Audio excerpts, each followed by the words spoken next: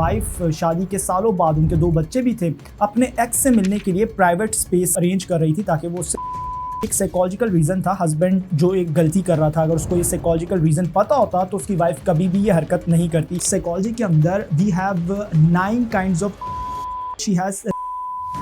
अगर आप इस लड़की को महंगे महंगे गिफ्ट्स दोगे, इसके साथ ज़्यादा से ज़्यादा टाइम स्पेंड करोगे, ये खुश नहीं होने वाली। डॉक्टर गॉटमैन अपनी 40 साल स्टडी के बाद ये 4 साइंस बताते हैं कि अगर ये 4 साइंस आपके रिलेशनशिप के अंदर हैं तो रिलेशनशिप ज़्यादा देर तक नहीं चलेगा, या तो डाइवोर्स हो जाएगी या फिर आप चीटिंग की तरफ जाओगे। मैन इमोशनल नीड्स अलग हैं एंड वुमेन इमोशनल नीड्स अलग हैं। वुमेन इमोशनल नीड्स हैं केयरिंग, अंडरस्टैंडिंग एंड रिस्पेक्ट। अब इन तीनों वर्ड्स का मतलब जो आम लोगों को पता है, लड़कियों के नज़दीक इसका बिल्कुल भी वो मतलब नहीं है। मैन एंड वुमेन साइकोलॉजी दोनों बहुत अलग अलग है। वुमेन को प्रॉब्लम को डिटेल के अंदर सिर्फ बताना पसंद है और मेन साइकोलॉजी के प्रॉब्लम को सुनते ही उसको सॉल्व करना। एक साइकिल ऐसा देखा गया है कि एकदम लड़ाई हुई, थोड़ी देर बाद ठीक हो गए, कुछ टाइम सही रहे, फिर लड़ाई, उसी बहुत ज़्यादा स्ट्रॉन्ग किस्म की लड़ाई, मतलब लड़ाई patchup breakup patchup breakup patchup एक कमरे के अंदर ही हो रहा है। अब एक और सबसे बड़ी प्रॉब्लम ये है कि पहले man and women WhatsApp university से पढ़ते थे, अब ये लोग इंस्टाग्राम यूनिवर्सिटी से पढ़ते हैं। जब ये कोई ऐसी रील देखते हैं कि जब लड़की आपको बोले मैं तो आपके साथ रहना ही नहीं चाहती, तो उसे फ़ौरन छोड़ दो क्योंकि वो ये बोलने से पहले ही आपको छोड़ चुकी है। ऐसा बिल्कुल नहीं होता। Women are vertical and men are horizontal। इसका मतलब क्या हुआ? इस तरह के केसेस के अंदर ज़्यादातर गलती पेरेंट्स की होती है क्योंकि बहुत ही इलॉजिकल इनके रीजंस होते हैं। अपने बिलीफ की वजह से जो लड़का इनको खुद पसंद नहीं है, ये उसको 5 मिनट भी देखना नहीं चाहते, और जो इनकी बेटी को पसंद नहीं है, ये बोलते हैं कि इसके साथ शादी करो, सारी ज़िंदगी इसके साथ रहो और सब कुछ इसके साथ करो। खुद अगर इनकी एज 40 साल 50 साल है, 50 साल के अंदर खुद इन्होंने जितना पैसा नहीं कमाया होता, ये 25 साल के लड़के से उससे भी ज़्यादा पैसा एक्सपेक्ट कर रहे होते हैं और ये वहाँ शादी करवाना चाहते हैं। अगर आप अपने पेरेंट्स को, मैं समझता हूँ कि 2 चीज़ें पढ़ा दी जाएं तो ये प्रॉब्लम खत्म हो जाएगी। टोटल 4 रीजंस की वजह से ही लोग एक्स्ट्रा मैरिटल अफेयर्स के अंदर इंडल्ज होते हैं। अगर आपने ये 4 रीजन समझ लिए और इसको अपनी अपनी जगह के ऊपर ख़त्म कर दिया तो आपकी ये प्रॉब्लम जड़ से ही ख़त्म हो जाएगी। कुछ टाइम पहले I got to know a case जहां पर वाइफ शादी के सालों बाद, उनके 2 बच्चे भी थे, अपने एक्स से मिलने के लिए प्राइवेट स्पेस को अरेंज कर रही थी ताकि वो उससे मिल पाए। अब यहाँ पर एक ही गलती थी, एक साइकोलॉजिकल रीज़न था। हस्बैंड जो एक गलती कर रहा था, अगर उसको ये साइकोलॉजिकल रीज़न पता होता तो उसकी वाइफ कभी भी ये हरकत नहीं करती क्योंकि हर चीज़ सही थी। फाइनेंशियल नीड्स उसकी पूरी हो रही थी, सारे खर्चे पूरे हो रहे थे। ऐसा नहीं था कि खाने को एक टाइम है और एक टाइम नहीं है, लेकिन उसके बावजूद भी वो चीट करने के लिए तैयार हो गई। और एक और रीज़न इसके पीछे ये था कि लड़की उसी लड़के से शादी करना चाहती थी जिससे वो अभी अपने एक्स से मिलने के लिए स्पेस अरेंज कर रही थी, लेकिन उसके पेरेंट्स ने ज़बरदस्ती इस लड़के से शादी करा दी जो उसका करंट हस्बैंड था। अब इससे पहले कि आप पेरेंट्स के ऊपर जाओ कि देखा ये तो पेरेंट्स की वजह से हुआ है, मैं आपको एक और केस सुनाता हूँ। एक लव मैरिज हुई जहाँ पर लड़का लड़की ने अपने पेरेंट्स को एफर्ट्स करके मनाया। शादी के 2 से 4 दिन बाद लड़का किसी और लड़की के साथ इन्वॉल्व था और 2 से 4 महीनों के बाद लड़की किसी और लड़के के साथ इन्वॉल्व थी। अब इसके पीछे भी एक साइकोलॉजिकल रीजन था जिसके बारे में हम आगे बात करेंगे। डॉक्टर गॉटमैन एक साइकोलॉजिस्ट जिन्होंने 40 साल तक रिलेशनशिप्स को स्टडी किया, कपल्स को स्टडी किया, उसके बाद वो सिर्फ 20 मिनट किसी कपल से बात करते थे तो वो 90% एक्यूरेसी के साथ प्रिडिक्ट कर देते थे कि ये दोनों साथ नहीं रहेंगे। तो डॉक्टर गॉटमैन अपनी 40 साल स्टडी के बाद ये 4 साइंस बताते हैं कि अगर ये 4 साइंस आपके रिलेशनशिप के अंदर हैं तो रिलेशनशिप ज़्यादा देर तक नहीं चलेगा, या तो डाइवोर्स हो जाएगी या फिर आप चीटिंग की तरफ जाओगे। पहला साइन वो बताते हैं पर्सनल क्रिटिसिज्म। यहाँ पर क्या होता है कि मैं आपको एग्जांपल से समझाता हूँ कि मान लो हस्बैंड वाइफ दोनों बैठे हैं, वाइफ कहती है कि इस बार ना हम छुट्टियों पर इस XYZ जगह पर जाएंगे। अब हस्बैंड इस बात को सुनते ही दिमाग में उसके ये चलता है कि यार इस जगह के ऊपर तो एक इंसिडेंट भी अभी हुआ था और ये जगह सेफ भी नहीं है। तो वो जवाब देता है कि ऐसा करो कि कोई और जगह देख लो इसके अलावा। अब ये जवाब सुनते ही वाइफ आगे से क्या कहती है कि तुम तो हो ही नेगेटिव। वाइफ ने क्या किया कि प्रॉब्लम के ऊपर बात नहीं की बल्कि डायरेक्ट उसके कैरेक्टर के ऊपर बात कर दी कि तुम ही नेगेटिव हो। दूसरा साइन डॉक्टर गॉटमैन बताते हैं डिफेंसिवनेस। इसी एग्जांपल को थोड़ा सा आगे लेकर चलते हैं। अब हस्बैंड ने जब ये सुना कि तुम तो हो ही नेगेटिव, तो वो क्या आगे से जवाब देता है, मैं नेगेटिव नहीं हूँ, तुम्हारा थोड़ा दिमाग खराब है, तुम्हें रियलिटी नजर नहीं आती। अब यहाँ से आपको पता है कि कॉन्वर्जेशन कहाँ तक जाएगी। तीसरा साइन है स्टॉर्म बॉलिंग। अक्सर आपने सुना है कि हस्बैंड्स बोलते हैं कि भाई जब मेरी वाइफ गुस्से में होती है ना या वो मुझे कुछ बोल रही होती है तो मैं आगे से उसको जवाब ही नहीं देता ताकि मैं ना जवाब दूंगा ना हमारी लड़ाई होगी। लेकिन ऐसा नहीं है। आप जब आगे से जवाब नहीं देते हो तो सामने वाले इंसान को रिजेक्टेड फील कराता है। रिलेशनशिप टेनिस प्लेयर की तरह है, दोनों इंसानों को खेलना तो पड़ेगा, दोनों में से कोई एक नहीं खेलेगा तो गेम आगे नहीं बढ़ेगी। चौथा साइन है कंटेम्प्ट। अब जनरली मैन की जो लव लैंग्वेज है वो रोस्टिंग है, लेकिन कभी कभार ये रोस्टिंग की थोड़ी सी लिमिट को क्रॉस कर जाते हैं और पब्लिक प्लेस के अंदर जब ये अपने पार्टनर को डिसरिस्पेक्ट करते हैं तो ये सामने वाले इंसान को थोड़ा ज्यादा बुरा फील कराता है। अब लड़कों का जनरली जवाब ये होता है कि नहीं यार, जब मैंने उसे रोस्ट किया था तब तो उसे बुरा नहीं लगा था, तब उसने सिर्फ अपने इमोशन को सप्रेस किया था। आप देखोगे कि घर आकर या जब भी आप रिलैक्स हुए और आपसे जब छोटी सी गलती हुई, मान लो आपसे ग्लास गलती से गिर गया, उसके बाद जो वो आपकी इज्जत उतार के आपके हाथ में देगी, आपको लग पता जाएगा और तब आप कंफ्यूज होते हो कि यार ये कैसी इंसान है, छोटी छोटी बातों के ऊपर ये करती है। वो छोटी बात नहीं है, वो उसने बहुत बड़ी बात को, अपनी डिसरिस्पेक्ट को सप्रेस किया था। और इमोशन को सप्रेस करना एक स्प्रिंग की तरह होता है, आप जोर लगाकर थोड़ा दबा तो लोगे, लेकिन जब आपकी थोड़ी विल पावर खत्म होगी एकदम से वो स्प्रिंग उछलेगा और आपको लग पता जाएगा। इन 4 साइंस के अलावा भी मेन एंड वुमेन साइकोलॉजी दोनों बहुत अलग अलग है। वुमेन को प्रॉब्लम को डिटेल के अंदर सिर्फ बताना पसंद है और मेन साइकोलॉजी है कि प्रॉब्लम को सुनते ही उसको सॉल्व करना, क्योंकि उसका नेचर ही ऐसा है, उसको प्रॉब्लम्स सॉल्व करनी होती हैं। अगर वो बाहर की दुनिया में प्रॉब्लम सॉल्व नहीं करेगा तो वो सर्वाइव नहीं कर पाएगा।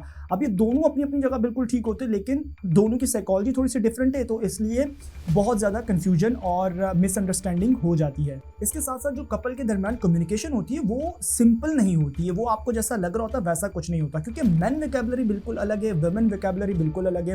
वुमेन वोकैबुलरी है हम तो कभी बाहर गए ही नहीं है, ये घर तो हमेशा गंदा रहता है और तुम तो मुझे अब प्यार ही नहीं करते। अब वो आज की उसको बात करनी चाहिए, जैसे कि हम आज बाहर नहीं जा रहे, ये घर अभी गंदा है, या फिर मुझे ऐसा फील हो रहा है, आज मुझे प्यार फील नहीं हो रहा। उसने 0 से मल्टीप्लाई कर दिया हर चीज़ को। अब मैन क्या करता है कि वो इसी सेंटेंस का जब जवाब देता है कि क्यों हम बाहर नहीं गए, हम तो अभी 3 दिन पहले बाहर गए थे और ये घर तो अभी ऐसा हो रहा है, अभी थोड़ी देर पहले तो ये कमरा ठीक था।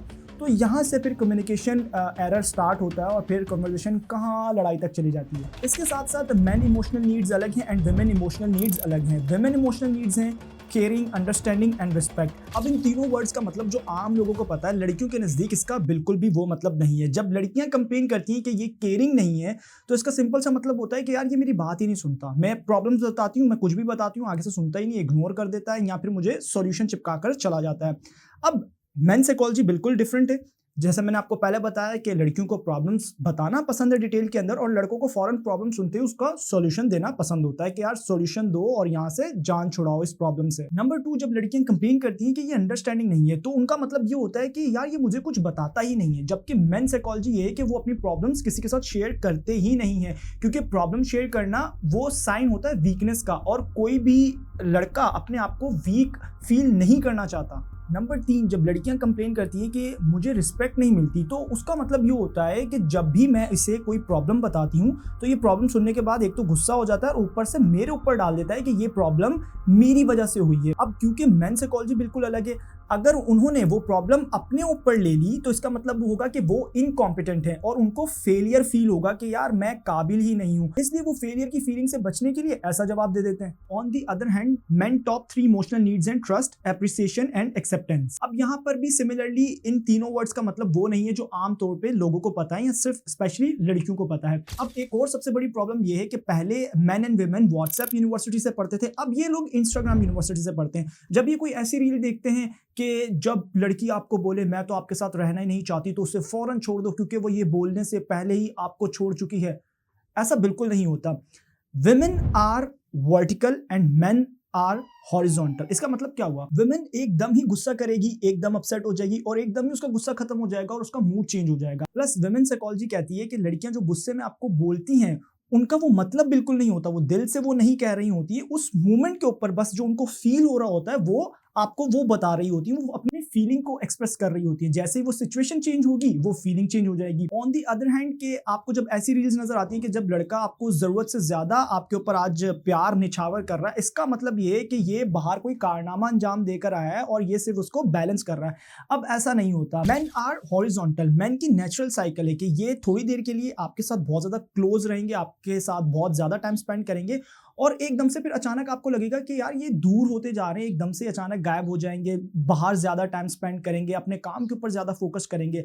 अब क्योंकि ये प्रॉब्लम सॉल्वर्स हैं तो इनको बाहर की दुनिया के अंदर काम करना पड़ता है, उनको वहां पर भी टाइम देना है, लेकिन कुछ टाइम के बाद ये दोबारा से उससे भी अच्छे तरीके से आपके पास आ जाएंगे और ज्यादा आपको टाइम देंगे और ज्यादा प्यार करेंगे। It's like a rubber band. और जो लड़के अपने रिलेशनशिप के अंदर इस रबर बैंड थ्योरी को इंप्लीमेंट नहीं करते, वो फिर उनका मूड बहुत ज्यादा खराब रहता है, चिड़चिड़ा होना वो शुरू हो जाते हैं और एट द एंड फिर वो उनका वो रिलेशनशिप खत्म ही हो जाता है। अब चलते हैं कि उस स्टोरी की तरफ कि वाइफ ने अपने हस्बैंड के ऊपर क्यों चीट किया, जबकि हर चीज बिल्कुल सही चल रही थी, शादी को इतना टाइम हो चुका था, 2 बच्चे थे, हर जरूरत पूरी भी हो रही थी। फिर ऐसा क्या हुआ? लड़की की नंबर 1 कंप्लेन ये थी कि यार ये एक्सप्रेसिव नहीं है, ये मेरी तारीफ नहीं करता, ये मुझे कुछ अच्छा बोलता नहीं है। अब सुनने में ये केस जितना सिंपल लग रहा है, ये उतना सिंपल नहीं है। इसका मतलब ये नहीं है कि अगर आप अपने पार्टनर को आज अच्छा बोलना शुरू कर दो, उसकी तारीफ करना शुरू कर दो, तो आपको बहुत अच्छा रिजल्ट मिलेगा, वो आपसे खुश हो जाएगी। ऐसा कुछ नहीं होने वाला। यहाँ पर प्रॉब्लम क्या हुई कि साइकोलॉजी के अंदर we have 9 kinds of intelligences. अब उसके अंदर से टॉप 3 इंटेलिजेंसेस हम लोग कवर करेंगे। नंबर 1 है लिंग्विस्टिक, नंबर 2 है special intelligence and number 3 is kinesthetic intelligence. अब इस लड़की के केस के अंदर शी हैज लिंग्विस्टिक इंटेलिजेंस। अब इसके अंदर क्या होता है कि यहाँ पर इस लड़की को सुनना ही पसंद है। अगर आप इस लड़की को महंगे महंगे गिफ्ट्स दोगे, इसके साथ ज्यादा से ज्यादा टाइम स्पेंड करोगे, ये खुश नहीं होने वाली, क्योंकि शी हैज लिंग्विस्टिक इंटेलिजेंस। तो इसका ज्यादा फोकस रहता है कि मुझे बोला जाए, मैं सुनने के लिए तैयार हूं। ऑन दी अदर हैंड जिसके अंदर स्पेशल इंटेलिजेंस है, उसको आपको दिखाना पड़ेगा, उसको प्रूफ करना पड़ेगा, उसको विजुअल्स पसंद आएंगे, उसको गिफ्ट्स पसंद आएंगे। और जिसके अंदर काइनेस्थेटिक इंटेलिजेंस होती है, उसको आप फिजिकली वहां पर मौजूद चाहिए हो, आप उसका हाथ पकड़ सकते हो, आप उसको हग कर सकते हो and so on. Now the question is कि अब आपको कैसे पता चलेगा कि आपके पार्टनर के अंदर कौन सी इंटेलिजेंस है? ये बहुत ज़्यादा सिंपल है, आपको उनके डायलॉग से ही पता चल जाएगा। अगर उनके डायलॉग्स कुछ इस तरीके से, मैं सुन रही हूँ काफ़ी दिनों से ये, तो इसका मतलब लिंग्विस्टिक इंटेलिजेंस है। अगर उसके डायलॉग ऐसे हैं कि मैं काफ़ी टाइम से ये देख रही हूँ, इसका मतलब विजुअल स्पेशल इंटेलिजेंस है। और अगर उसके डायलॉग ऐसे हैं कि मुझे काफ़ी दिनों से ये फील हो रहा है कि ये इस तरीके की ही बात है, इसका मतलब काइनेस्थेटिक इंटेलिजेंस। तो जैसे आप फिगर आउट कर लो कि आपके पार्टनर के अंदर कौन सी टाइप ऑफ इंटेलिजेंस है, तो आपको उसको उसी की तरह ही डील करना है। अब बात करते हैं दूसरी एग्जांपल की तरफ, जो हमने लव मैरिज की बात की। एफर्ट्स के बाद लड़का लड़की की लव मैरिज हो गई और शादी के तीसरे चौथे दिन लड़का किसी और लड़की के साथ था और कुछ मंथ्स के बाद लड़की किसी और लड़के के साथ इन्वॉल्व थी। अब इनकी जो कंप्लेन थी वो ये थी कि यार स्पार्क अब बाकी नहीं रहा, शुरू में सब सही था, अब पहले जैसी बात नहीं रही, अब वो वाली फील नहीं आती है, अब हमारे बीच में वैसा कुछ नहीं रहा। अब इस केस को मैं थोड़ा डिफरेंट तरीके से एक्सप्लेन करता हूँ। अब इसके अंदर हम क्या करते हैं कि इसको सबसे पहले एक कैटेगरी के अंदर डाल देते हैं, एक्स्ट्रा मैरिटल अफेयर्स की कैटेगरी, जहां पर हम लव मैरिज के अंदर भी और अरेंज मैरिज के अंदर भी जो एक्स्ट्रा मैरिटल अफेयर्स होते हैं उनको हम एक साथ ही डिस्कस कर लेते हैं, क्योंकि टोटल 4 रीजन की वजह से ही लोग एक्स्ट्रा मैरिटल अफेयर्स के अंदर इंडल्ज होते हैं। अगर आपने ये 4 रीजन समझ लिए और इसको अपनी अपनी जगह के ऊपर खत्म कर दिया, तो आपकी ये प्रॉब्लम जड़ से ही खत्म हो जाएगी। पहला रीजन है गिल्ट साइकोलॉजी। यहाँ पर सबसे बड़ी प्रॉब्लम है पेरेंट्स की। जब कोई भी लड़का या लड़की कह रही होती है कि मुझे ये यहाँ शादी करनी है पसंद की, तो ये क्या करते हैं कि जी मना कर देंगे और ज़बरदस्ती कहीं और शादी करवा देंगे। ठीक है, अब यहाँ पर हम लड़की की एग्जांपल ले लेते हैं। अब क्या होता है कि लड़की ने ज़बरदस्ती उसकी शादी कहीं और हो गई। अब वहाँ पर उसके अंदर एक गिल्ट आ जाता है कि यार कहीं मैंने अपने एक्स के साथ गलत तो नहीं कर दिया, मैंने उसका दिल तो नहीं दुखा दिया, अब क्या उसकी मुझे बददुआएं लगेंगी, यार उसके साथ मैंने गलत कर दिया। तो वो गिल्ट के अंदर आकर वो दोबारा से कांटेक्ट करती है और उस गिल्ट को बैलेंस करने के लिए वो लोग बात करते हैं और आगे आपको पता है कि वो इस गिल्ट को किस तरीके से ख़त्म करते हैं। और इस तरह के केसेस के अंदर ज़्यादातर गलती पेरेंट्स की होती है, क्योंकि बहुत ही इलॉजिकल इनके रीजंस होते हैं। अपने बिलीफ की वजह से जो लड़का इनको खुद पसंद नहीं है, ये उसको 5 मिनट भी देखना नहीं चाहते, और जो इनकी बेटी को पसंद नहीं है ये बोलते हैं कि इसके साथ शादी करो, सारी जिंदगी इसके साथ रहो और सब कुछ इसके साथ करो। खुद अगर इनकी एज 40 साल 50 साल है, 50 साल के अंदर खुद इन्होंने जितना पैसा नहीं कमाया होता, ये 25 साल के लड़के से उससे भी ज़्यादा पैसा एक्सपेक्ट कर रहे होते हैं और ये वहाँ शादी करवाना चाहते हैं। अब समटाइम्स इनको एक ऐसा रिश्ता मिल भी जाता है और इनके लॉजिकल इनका क्या रीज़न होता है कि हम जी तुम्हारी खुशी के लिए कर रहे हैं, तुम वहाँ पर खुश रहोगी। खुश नहीं रहोगी, वो वहाँ पर गुलाम रहेगी और आपकी खुद की भी वहाँ पर इतनी इज्जत होगी जितनी वहाँ पर उनके नौकर की, क्योंकि स्टेटस मैच ही नहीं करता। आपने ज़्यादा पैसा देखा है तो ऑन दी अदर हैंड कि जब ये अपने लड़के के लिए किसी लड़की को भी रिजेक्ट करते हैं लव मैरिज के ऊपर, तो वहाँ भी ये बहुत इलॉजिकल रीज़न देते हैं। प्रॉब्लम यहाँ पर ये होती है कि ये अपने बिलीफ से सामने वाले इंसान को देख रहे हैं। अगर आप अपने पेरेंट्स को, मैं समझता हूँ कि 2 चीज़ें पढ़ा दी जाएं कि कंफर्मेशन बायस क्या है एंड अवेलेबिलिटी बायस क्या है, तो ये प्रॉब्लम लव मैरिज वाली ख़त्म हो जाएगी। लेकिन सवाल ये है कि बिल्ली के गले में घंटी बांधेगा कौन। खैर, इस टॉपिक के ऊपर मैंने एक डिटेल वीडियो बनाई है कि क्या क्या प्रॉब्लम्स होती हैं और आप उसको कैसे सॉल्व कर सकते हो, तो वो वीडियो भी कहीं आ रही होगी आई बटन पर, तो इसके बाद आप वो देख सकते हो। सेकंड रीज़न है एक्सट्रीम अनकंडीशनल लव। अब क्या होता है कि कोई भी आप पार्टनर ले लो, जो भी एक रिलेशनशिप के अंदर ज़्यादा प्यार करता है, तो ज़्यादा प्यार के साथ साथ एक बाय प्रोडक्ट चीज़ आती है, वो है फियर ऑफ लूजिंग। तो जिस सिचुएशन के ऊपर भी आपको डर होता है, वहाँ पर आप अच्छे से परफॉर्म नहीं कर पाते। मैं आपको एक एग्जाम्पल देता हूँ, उसके बाद फिर हम इसको डीपली समझते हैं।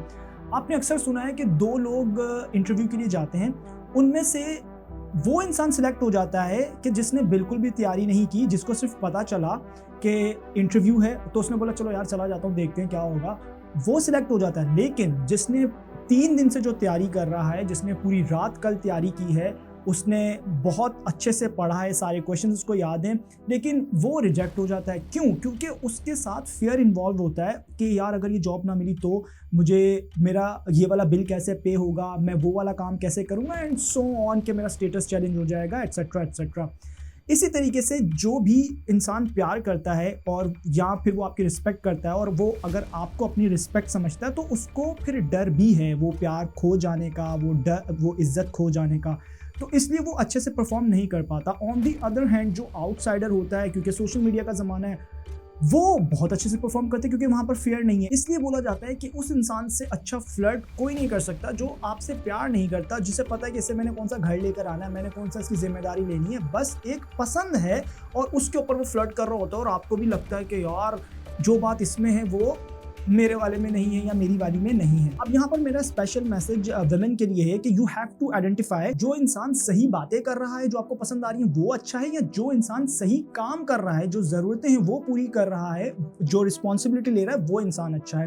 एंड इसके अलावा एक जापानीज कहावत है, हर इंसान के 3 चेहरे होते हैं। पहला जो वो आम लोगों को, पब्लिक को बाहर दिखाता है, दूसरा जो सिर्फ अपने क्लोज लोगों को दिखाता है, और तीसरा जो वो एक्चुअल में होता है। यू हैव टू आइडेंटिफाई कि आप किस चेहरे से बहुत ज्यादा मुतासिर हो रही हो, क्योंकि आपका हस्बैंड बाहर बहुत मेहनत कर रहा है, समटाइम्स उसको अपने जमीर के अगेंस्ट जाकर कोई काम करना पड़ता है, अपने बॉस से अपनी बेइज्जती को बर्दाश्त करना पड़ता है, क्योंकि उसे पता है कि वो तो स्ट्रगल कर लेगा अगर वो आज स्टैंड लेता है, लेकिन वो सोचता है जबकि नहीं यार वाइफ है, बच्चे हैं, वो मेरी वजह से प्रॉब्लम में आ जाएंगे, इसलिए वो बहुत सारी सेक्रीफाइसेस करता है, बहुत सारी चीज़ों को बर्दाश्त करता है ताकि वो सारे काम कर पाए जो करना बिल्कुल ठीक है। You have to identify who speaks right, who does right. Number 3 is when marriage becomes belief. अब इसके अंदर क्या होता है कि आप काफ़ी टाइम से साथ रह रहे होते हो, तो आपका बिलीफ बन जाता है एक दूसरे के बारे में कि ये तो है ही ऐसा, अब कुछ भी ठीक नहीं हो सकता, और ये ऐसी है, अब कुछ भी ठीक नहीं हो सकता।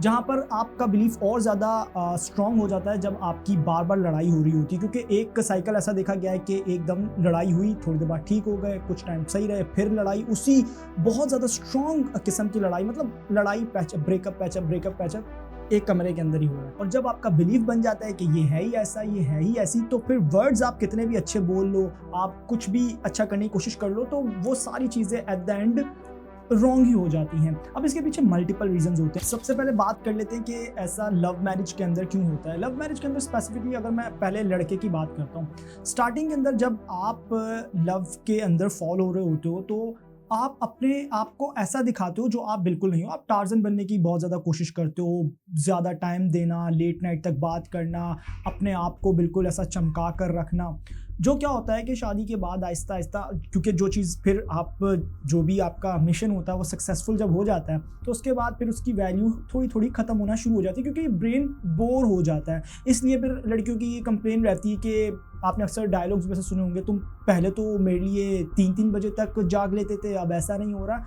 एंड फिर यही कंप्लेन रहती है कि तुम बदल गए हो, ठीक है, अब तुम्हें मेरी वो वैल्यू नहीं है, एंड सो ऑन। सेकंड, आपका स्पार्क जो है आपस में ख़त्म हो जाता है, जो आपको लगता है कि यार अब वो पहले जैसी बात नहीं रही, वो पहले जैसा फील नहीं रहा, वो होता है पास्ट ट्रॉमा की वजह से। अगर आपका पेरेंट्स के साथ स्टार्टिंग के अंदर रिलेशनशिप अच्छा नहीं था, तो वो ट्रॉमा अब वो दोबारा से प्ले होगा आपको खुद भी नहीं पता कि आपका माइंड उसी बिलीफ के साथ सामने वाले इंसान को देख रहा है और बहुत सारी जजमेंट्स को क्रिएट करके बैठा है, जिसने आपका आपस में आपकी फीलिंग को खत्म कर दिया है। इसके लिए आप थेरेपी लेकर इसको खत्म कर सकते हो। नंबर 3, जब आपका शादी से पहले अफेयर होता है तो आप अपने पास से अपने पार्टनर को जज कर रहे होते हो कि फॉर एग्जांपल आपने अपने पार्टनर को आज 3 बार कोई काम बोला, एक बार बोला उसने मना कर दिया, दूसरी बार बोला मना कर दिया, तीसरी बार बोला मना कर दिया, तो आपके ब्रेन में ऑटोमेटिक थॉट आती है कि यार इससे अच्छा तो वही था, उसको मैंने एक बार बोला था ना तो उसने मेरे लिए ये कर दिया था। यहाँ पर आपको समझना पड़ेगा कि आप बिहेवियर को प्रिडिक्ट नहीं कर सकते। समटाइम्स क्या होता है कि सामने वाले इंसान का अगर मैं स्पेशली आपके हस्बैंड की बात करूं तो अगर उसकी लाइफ के अंदर कोई बाहर बड़ी प्रॉब्लम चल रही है ना तो वो छोटी छोटी बातों के ऊपर चिड़चिड़ा रहेगा, और दूसरी बात वो आपको अपनी प्रॉब्लम कभी भी नहीं बताएगा। सो बिहेवियर के ऊपर आप जजमेंट मत दो कि इसने ऐसा नहीं किया तो ये गलत है, और उसने तो एक बार बोलने के ऊपर कर दिया था मेरा ये काम तो वो बिल्कुल ठीक है, चलो बैक टू हिम। एंड चौथा रीजन है अनसेटिस्फाइड फिजिकल नीड्स। तो अब तक की कॉन्वर्जेशन में अगर आप समझ गए हो कि कम्युनिकेशन एरर आपके रिलेशनशिप को कैसे बर्बाद कर सकता है, अगर इसके ऊपर आपको वीडियो देखनी है तो वीडियो आपके सामने स्क्रीन पर आ रही होगी, आप इसके ऊपर क्लिक कर सकते हो। और अगर आपका अभी पेरेंट्स के साथ कोई इशू चल रहा है तो आप पेरेंट्स के ऊपर वीडियो देख सकते हो।